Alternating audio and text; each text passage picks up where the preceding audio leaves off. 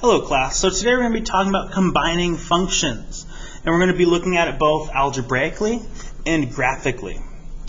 So let's go over some notation first.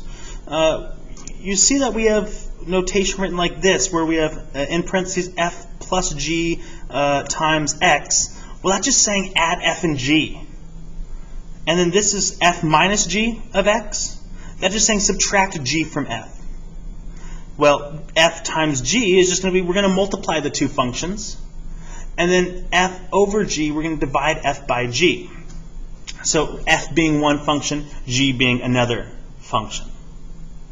So let's dive right into some examples here.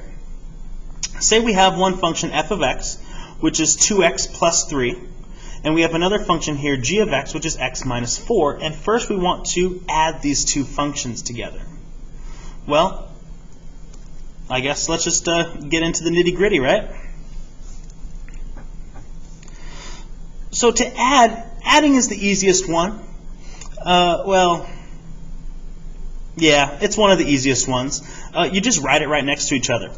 So 2x plus 3 plus x minus 4. And then just combine like terms. So like terms, right, ones with x's are alike, constants, those are alike as well. So 2x plus 3 plus x minus 4, let's combine the x's. 2x plus x is 3x. 3 minus 4 is negative 1. So this is 3x minus 1 is f plus g of x. And that's it for addition. Subtraction, though, we have one extra step here. So with subtraction, we want to write out the first one, just like what we did. 2x plus 3. Here, let me do this so it looks a little nicer.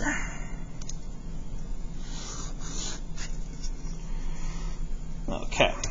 2x plus 3, and then minus, because we're subtracting now. But here's the thing, we need parentheses around our second function here, x minus 4. And the reason that is because this negative we actually need to distribute to both of these terms. That's very important. We can't forget to distribute that negative. So 2x plus 3. Negative times x is a minus x. And then negative times negative 4, remember we need to do both of these, becomes a positive 4. So notice that both of the signs on the second one changed. The positive x became a negative x, and the negative 4 became a positive 4. Now we can combine like functions. So we have 2x minus x is just 1x, or just x. 3 plus 4 is 7. So x plus 7 is f minus g of x. So we've done addition, we've done subtraction. Now let's move on to multiplication.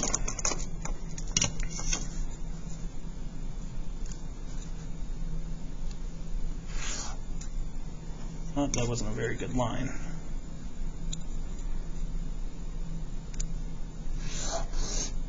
Okay. So multiplication here,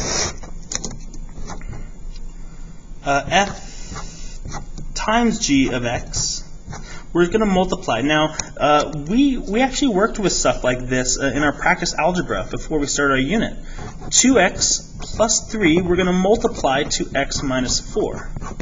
And you might be saying to yourself, this looks familiar. This looks like something I can do. And hopefully, that's what we're saying. We need to FOIL this.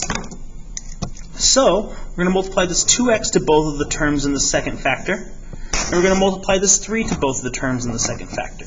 And simplify. So 2x times x, that gives us 2x squared.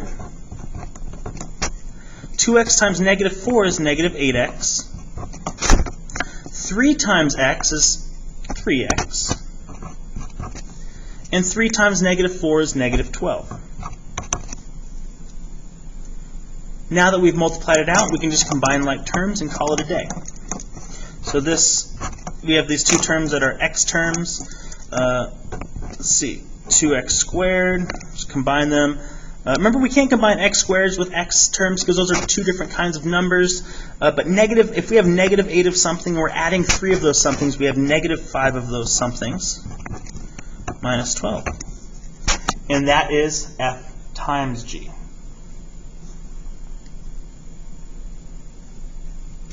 Now, for the sake of paper, division up here. So division is also an easy one, mostly just because we can't usually simplify any further.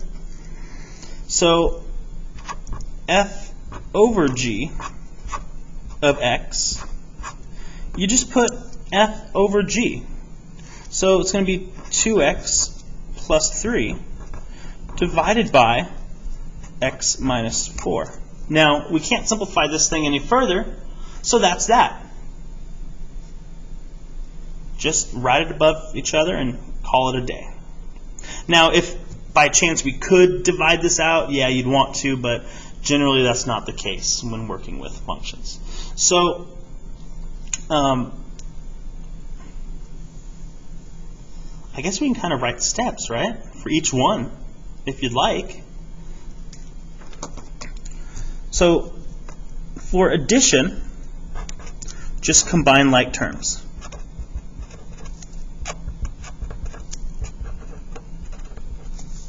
For subtraction, we need to distribute that negative and then combine like terms.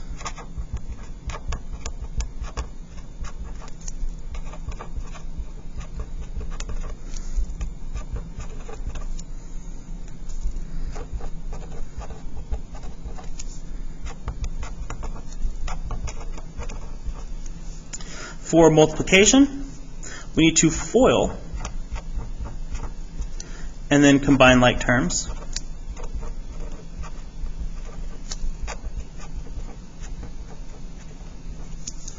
And then for division, well, that one was the one that we normally can't do anything to. So write as a fraction.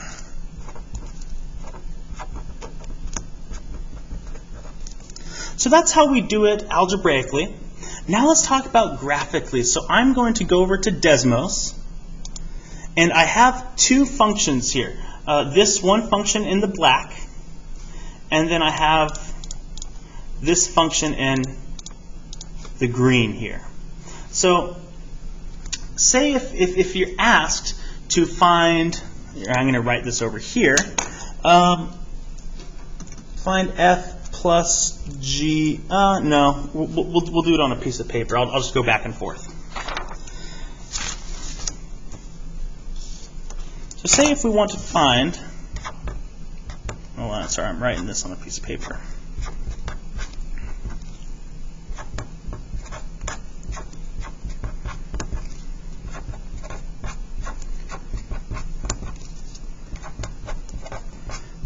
So say if we call our black function f of x and our green function g of x, okay, so we have two different functions, and say I want to find f plus g of 2. Well, I would just go where 2 is, right, and I'd see, okay, what are the two values? Well, it looks like they're both at 3 at that point. So it's going to be 3 plus 3 equals 6. So going to my, here, f plus g of 2 is going to be the value of f of x at 2 was 3. The value of g of x at 2 is also 3, so 3 plus 3 equals 6. Now let's take a look at f minus g of, let's say, 1. So now we're going to look at when x equals 1. So that's going to be right here. and f is the black one, g is the green one. So this looks like to be, our f is 3, so it's going to be 3 minus, what's that, 2. So 3 minus 2 is just, where am I? It's just 1.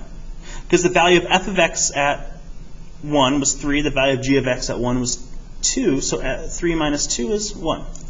Now if we look at something like g, or f times g, let's say 3, let's see what that's going to look like.